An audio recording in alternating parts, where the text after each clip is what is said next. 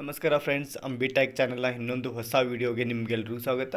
Friends, ಈಗ ಗೃಹಲಕ್ಷ್ಮಿ ಯೋಜನೆ ಬಗ್ಗೆ ಮತ್ತೊಂದು ಹೊಸ ಅಪ್ಡೇಟ್ ಬಂದಿದೆ ಫ್ರೆಂಡ್ಸ್.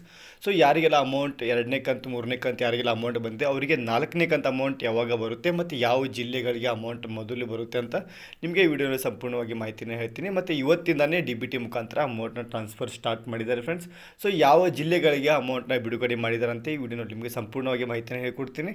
ಮತ್ತು ಮೊದಲನೇ ಕಂತು 2ನೇ ಕಂತು ಹಾಗೂ 3ನೇ ಕಂತು ಯಾರಿಗೆಲ್ಲ ಅಮೌಂಟ್ ಬಂದಿಲ್ಲ ಅವರೆಲ್ಲ ಏನು ಮಾಡಬೇಕು ಅಂತ ನಿಮಗೆ 2-3 ವಿಡಿಯೋನಲ್ಲಿ ಕಂಟಿನ್ಯೂಸ್ಲಿ ಹೇಳಿದ್ದೀನಿ. ಆದರೂ ನಿಮಗೆ ಅಮೌಂಟ್ ಬರ್ತಿಲ್ಲ ಅಂದರೆ ಅವ್ರು ಏನು ಮಾಡಬೇಕು ಅದನ್ನು ಕೂಡ ನಿಮಗೆ ಈ ವಿಡಿಯೋನಲ್ಲಿ ಸಂಪೂರ್ಣವಾಗಿ ಮಾಹಿತಿನ ತಿಳಿಸ್ಕೊಡ್ತೀನಿ.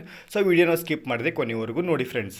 ಇಲ್ಲಿ ನೀವು ನೋಡ್ಬೋದು, ಯೋಜನೆ ಅಂದರೆ ಗೃಹಲಕ್ಷ್ಮಿ ಯೋಜನೆಯ 4ನೇ ಕಂತಿನ ಹಣವನ್ನು ಜಿಲ್ಲಾವಾರು ವರ್ಗಾವಣೆ ಅಂದರೆ ಜಿಲ್ಲೆಗಳ ಮುಖಾಂತರ ಅಂದರೆ ಇಂಥ ಜಿಲ್ಲೆಗಳಿಗೆ ವರ್ಗಾವಣೆ ಮಾಡ್ತಿದ್ದಾರೆ. ಸೊ ಅವರು ಏನಿದ್ದಾರೆ ಫಲಾನುಭವಿಗಳಿಗೆ ಖಾತೆಗಳಿಗೆ 2,000 ರೂಪಾಯಿಯನ್ನು ಗೃಹಲಕ್ಷ್ಮಿ DBT ಮೂಲಕ ಜಮಾ ಮಾಡಲಾಗುವುದು ಅಂತ ತಿಳಿದು ಬಂದಿದೆ. ಸೊ ಈ ಜಿಲ್ಲೆಗಳಿಗೆ ಅಂದರೆ ಯಾವ್ಯಾವ ಜಿಲ್ಲೆಗಳಿಗೆ ಅಂತ ನಿಮಗೆ ವಿಡಿಯೋನಲ್ಲಿ ಸಂಪೂರ್ಣವಾಗಿ ತಿಳಿಸ್ಕೊಡ್ತೀನಿ. ಸೊ ವಿಡಿಯೋನ ಸ್ಕಿಪ್ ಮಾಡಿಬಿಡಿ. ಮತ್ತು ಅಮೌಂಟ್ ಬರದೇ ಇರೋರು ಏನು ಮಾಡಬೇಕು, ಸೊ ಮೊದಲನೇ ಕಂತು ಹೋಗಿ 2ನೇ ಕಂತು ಅಮೌಂಟ್ ಬಂದಿಲ್ಲ, ಸೊ ಆಧಾರ್ ಸೀಡಿಂಗ್ ಎಲ್ಲನೂ ಕರೆಕ್ಟಾಗಿದೆ ಆದ್ರೂ ಅಮೌಂಟ್ ಬರ್ತಾ ಇಲ್ಲ ಅಂದರೆ ಅವರೆಲ್ಲ ಏನು ಮಾಡಬೇಕು ಅದನ್ನು ಕೂಡ ನಿಮಗೆ ವಿಡಿಯೋನಲ್ಲಿ ಸಂಪೂರ್ಣವಾಗಿ ಮಾಹಿತಿಯನ್ನು ತಿಳಿಸ್ಕೊಡ್ತೀನಿ. ಸೊ ವಿಡಿಯೋನ ಸ್ಕಿಪ್ ಮಾಡಿಬಿಡಿ.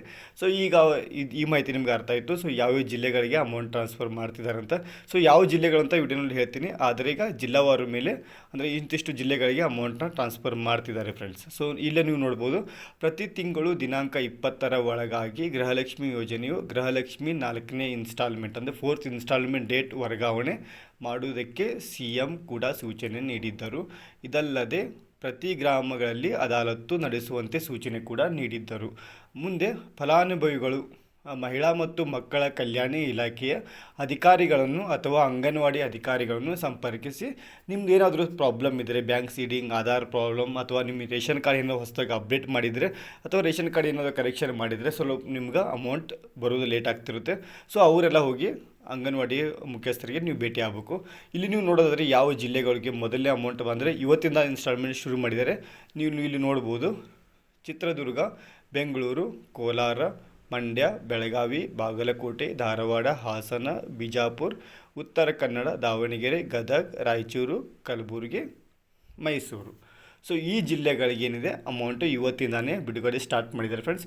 ಸೊ ಡಿಸೆಂಬರ್ 20 ಏನಿದೆ, ಸೊ ಇವತ್ತಿಂದ ಅಮೌಂಟ್ ಸ್ಟಾರ್ಟ್ ಮಾಡಿದ್ದಾರೆ. 4ನೇ ಇನ್ಸ್ಟಾಲ್ಮೆಂಟ್ ಏನು ಬರಬೇಕಾಗಿತ್ತು ಇವತ್ತಿಂದ ನಿಮಗೆ ಸ್ಟಾರ್ಟ್ ಮಾಡಿ ಇನ್ನೊಂದು 5ರಿಂದ 6 ದಿವಸ ಅಂದರೆ ಮೇ ಬಿ ಒಂದು 5 to 10 ಡೇಸ್ ಒಳಗಡೆ 5ರಿಂದ 10 ದಿವಸ ಒಳಗಡೆ ನಿಮಗೆ ಅಮೌಂಟ್ ನಿಮ್ಮ ಅಕೌಂಟಿಗೆ ಬರುತ್ತೆ ಫ್ರೆಂಡ್ಸ್. ಸೊ ಯಾವ ರೀತಿ ಅಮೌಂಟ್ ಚೆಕ್ ಮಾಡಬೇಕು, ಹೋಗಿ ಬ್ಯಾಂಕಿಗೆ ಹೋಗಿ ಎಂಟ್ರಿ ಮಾಡೋದ್ರ ಅವಶ್ಯಕತೆ ಏನೂ ಇಲ್ಲ. ನೀವು ಪ್ಲೇಸ್ಟೋರ್ನಲ್ಲಿ ಹೋಗಿ DBT ಕರ್ನಾಟಕ ಆ್ಯಪ್ ಅಂತ ಬರುತ್ತೆ, ಆ ಅಪ್ಲಿಕೇಶನಲ್ಲಿ ಹೋಗಿ ನೀವು ಸರ್ಚ್ ಮಾಡಿ ನೋಡ್ಬೋದು. ನಿಮಗೆ ಅಪ್ಲಿಕೇಶನ್ ಯಾವ ರೀತಿ ಡೌನ್ಲೋಡ್ ಮಾಡಬೇಕು ಮತ್ತು ಯಾವ ರೀತಿ ರಿಜಿಸ್ಟರ್ ಮಾಡಬೇಕು ಅಂತ ನಿಮಗೆ ಅದ್ರ ಬಗ್ಗೆ ಒಂದು 2 ವೀಡಿಯೋನ ಮಾಡಿ ನಿಮಗೆ ಸಂಪೂರ್ಣವಾಗಿ ತಿಳಿಸ್ಕೊಟ್ಟಿದ್ದೀನಿ. ಬೇಕಾದರೆ ನೀವು ಹೋಗಿ ನಾನು ಹಳೆ ವೀಡಿಯೋಸನ್ನೆಲ್ಲ ನೀವು ಚೆಕ್ ಮಾಡಬಹುದು. ಅದರಲ್ಲಿ ಹೋಗಿ ನಿಮ್ಮ ಅನ್ನಭಾಗ್ಯ ಯೋಜನೆ ಆಗಿರ್ಬೋದು ಅಥವಾ ಗೃಹಲಕ್ಷ್ಮಿ ಯೋಜನೆ ಅಮೌಂಟ್ ಬಂದಿದ್ದಿಲ್ಲ ಅಂತ ನೀವು ಮನೆಯಲ್ಲೇ ಕೂತು ಚೆಕ್ ಮಾಡ್ಬೋದು ಫ್ರೆಂಡ್ಸ್. ಸೊ ಕೇವಲ 5 ನಿಮಿಷದಲ್ಲಿ ನೀವು ಮನೆಯಲ್ಲೇ ಕೂತು ಚೆಕ್ ಮಾಡ್ಬೋದು ಫ್ರೆಂಡ್ಸ್. ಇವತ್ತಿನ ಮಾಹಿತಿ ಇಷ್ಟ ಆಗಿತ್ತು. ಮತ್ತೇನಾದರೂ ಮಾಹಿತಿ ಬೇಕಾಗಿದ್ದರೆ ಮತ್ತೇನಾದರೂ ಡೌಟ್ಸ್ ಇದ್ದರೆ ನೀವು ಕಮೆಂಟ್ ಮಾಡಿ ತಿಳಿಸ್ಬೋದು. ನಮ್ಮದು ನೆಕ್ಸ್ಟ್ ವೀಡಿಯೋ ಅದ್ರ ಬೇಸಡೆ ಇರುತ್ತೆ. ಸಿಗೋಣ ಫ್ರೆಂಡ್ಸ್ ನೆಕ್ಸ್ಟ್ ವೀಡಿಯೋನಲ್ಲಿ. ಜೈ ಹಿಂದ್, ಜೈ ಕರ್ನಾಟಕ.